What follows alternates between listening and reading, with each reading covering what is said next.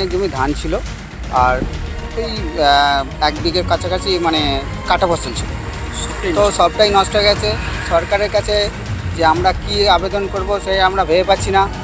তো loan tone তুলে যেভাবে চাষটা করা হয়েছিল, অনেক টাকার লোন তুলে আমাদের চাষি ভাইরা যেরকম চাষ করে, তো চাষ করা হয়েছে লোন তুলে, সেই লোনটা কিভাবে শোধ করব সেটা আমরা ভেবে পাচ্ছি না।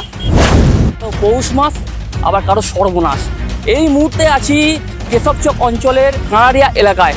ইতিমধ্যেই কিন্তু মাঠে যে জল এখনও কিন্তু জমে রয়েছে, এবং এখানকার যে ধান জমি, ধান কিন্তু ইতিমধ্যেই নষ্ট হয়ে গেছে, এবং এখানে যে চাষ হতো কাঁচা আনাজের সেইগুলোও কিন্তু নষ্ট। যেমন এখানে যেমন ফুলকপি থেকে, বেগুন থেকে, পটল থেকে যেসব চাষ হতো কাঁচা আনাজ, সেই কাঁচা আনাজ ইতিমধ্যে কিন্তু নষ্ট।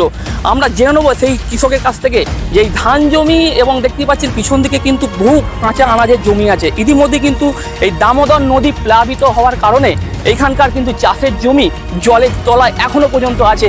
দাদা, কি অবস্থা এখানে? এখানে যা অবস্থা আপনারা তো দেখতেই পাচ্ছেন, সমস্ত ধান জমি পুরো পচে নষ্ট হয়ে গেছে, এবং সমস্ত সবজি, বেগুন, পটল, ফুলকপি, বাঁধাকপি, ঝিঙে, করলা, কাঁচা লঙ্কা থেকে সমস্ত সবজি আমাদের নষ্ট হয়ে গেছে। এরপরে আমাদের তো পুরো মাথায় হাত, এরপরে যে আলু চাষ করব সে সমস্ত আমাদের আর কোনো ক্ষমতা নেই।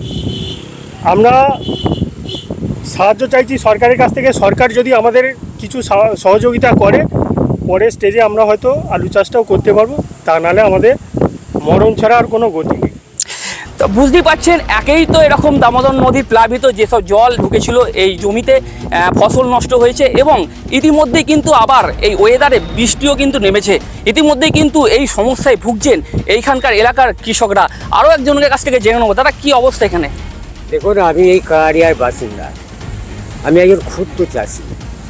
আবার দেখতে পাচ্ছেন যে এই যে বন্যাটা হলো, কাঁড়ারিয়া, নচিপুর, এই দুটো গ্রাম, প্রায় 1,500 বিঘে সম্পত্তি, ধান চাষ একদম জলের তলায় পচে একদম দেখতে আপনারা দেখছেন কী অবস্থা, একদম পচে একদম তলায় মানে মিশে গেছে, মাটির সঙ্গে মিশে গেছে, তার প্রতি জল ছুটছে। আর কাটা ফসল তো পটল, বেগুনে তো ক্ষতি হয়েছে, সে তো মানে কি বলার কথা না। কিন্তু এই অবস্থায় সরকারের কাছে আমরা আবেদন করব যাতে আমাদের কিছু সুবিধা হয়, চাষিরা কিছু দাঁড়াতে পারে। কিন্তু ধান তো সব চলে গেল, চাষিরা কী খাবে? দেখছি ধান তো ইতিমধ্যেই জলের তলায় পচে গেছে। হ্যাঁ, তো এ তো কিছু করার নেই, আর কিছু করা যাবে না আর। হ্যাঁ, এ তো অবস্থা, যা চাষিরা তো মরে যাবে, না খেতে পেয়ে মরে যাবে। সামনে তো দুর্গাপুজো, এই পুজোয় আমাদের এখানে কিছু হবে না, পুজোয় আমাদের কোনো আনন্দ হবে না, আমাদের কিচ্ছু কেনা হবে না, সব আমরা আবার বন্ধ করে দিচ্ছি।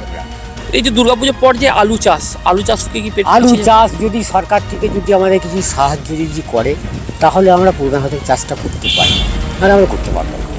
কী করে করবো? আমাদের যা খরচা হবার তো আমাদের সব হয়ে গেছে, আর কিছুই আমাদের নেই। নতুন করে চাষের এখন আর কিচ্ছু হবে না। এবার আলু চাষ যদি হয় সেই মানে অঘ্রাণ পৌষ মাসে তখন আলু চাষ হবে, তখন চিন্তা ভাবনা করা যাবে যে সরকার যদি আমাদের সাহায্য যদি কিছু করে, সাহায্য হাত দিয়ে বাড়িয়ে দেয়। এইটুকু আপনারা অনুরোধ করছি, আপনারা চেষ্টা করবেন, আপনারা দেখবেন। যেটা কৃষকদের দাবি, যে সরকারের কাছে অনুরোধ জানাচ্ছি যে যদি কোনো কিছু ব্যবস্থা করা যায় কৃষকদের প্রতি। তো কৃষকরা ইতিমধ্যেই কিন্তু ক্ষতির মুখে, একদম দামোদর নদীর প্লাবিত এই যে জমি, একদম ধান চাষ থেকে আরম্ভ করে কৃষকের যে হচ্ছে কাঁচা আনাজ, সবই কিন্তু ইতিমধ্যে জলের তলা, এবং দামোদর নদীর যে জল সেগুলো প্লাবিত হওয়ার কারণে ইতিমধ্যেই চাষের জমি নষ্ট হয়ে গেছে। তারকেশ্বর ব্লকের কেশবচক গ্রাম পঞ্চায়েতের কাঁড়ারিয়া ও নছিপুরে কৃষকদের মাথায় হাত, বিঘের পর বিঘে জমি জলের তলায়। একদিকে সবজি, অন্যদিকে ধান নষ্ট হয়ে গেছে। কৃষকেরা জানাচ্ছেন আর্থিক ক্ষতি হয়েছে। অন্যদিকে সামনে চাষের মরশুমে চাষ অনেকটাই পিছিয়ে গেছে, যার ফলে একদিকে যেমন সবজির দাম বাড়বে, অন্যদিকে ধানেরও দাম বাড়বে বলে মনে করছেন কৃষকেরা। বলছি, আপনি কৃষক? হ্যাঁ। কি চাষ করেছিলেন? এখানে আমার ছিল বেগুন ছিল এখানে, আর আপনার এখানে 5 বিঘে জমি ধান ছিল মোট। 5 বিঘে ধান তো চলেই গেছে, বেগুনও চলে গেছে। এখন পরিস্থিতি নাবি হয়ে যাবে সব, আরও যে সব চাষ আমাদের মানার চাষ জ্যাটো হয়, তা সে নাবি হয়ে যাবে। আর কী করে চাষ করব সেইটাই চিন্তা ভাবনা আমার। আবার তো নতুন করে নিম্নচাপ। হ্যাঁ, আবার নতুন করে নিম্নচাপ দেখা দিয়েছে, আবার হয়তো জল আসতে পারে। হ্যাঁ, কি হবে তা পরিস্থিতি বুঝে যায়। চাষ কি এতে পেছবে? হ্যাঁ, অনেক চাষ পিছবে, অনেক দিন ধরে পিছবে। ধরুন যে চাষটা আমরা কার্তিক মাসে করি ওটা অঘ্রাণ মাসে 15-20 তারিখ চলে যাবে, এই পরিস্থিতি। মানে সবজি চাষ? হ্যাঁ, সবজি চাষ, সবজি বা আলু চাষ এইসব যে সব চাষ হবে সব নাবি হয়ে যাবে। এখন তো মাঠে জল থই থই করছে। সবজির দাম কি বাড়বে মনে হচ্ছে? আমার তো মনে হয় সবজির দাম তো এখনই বেড়ে গেছে। এখন 50-60 টাকার কিলোর নিচে তো কোনো সবজিই পাওয়া যাচ্ছে না।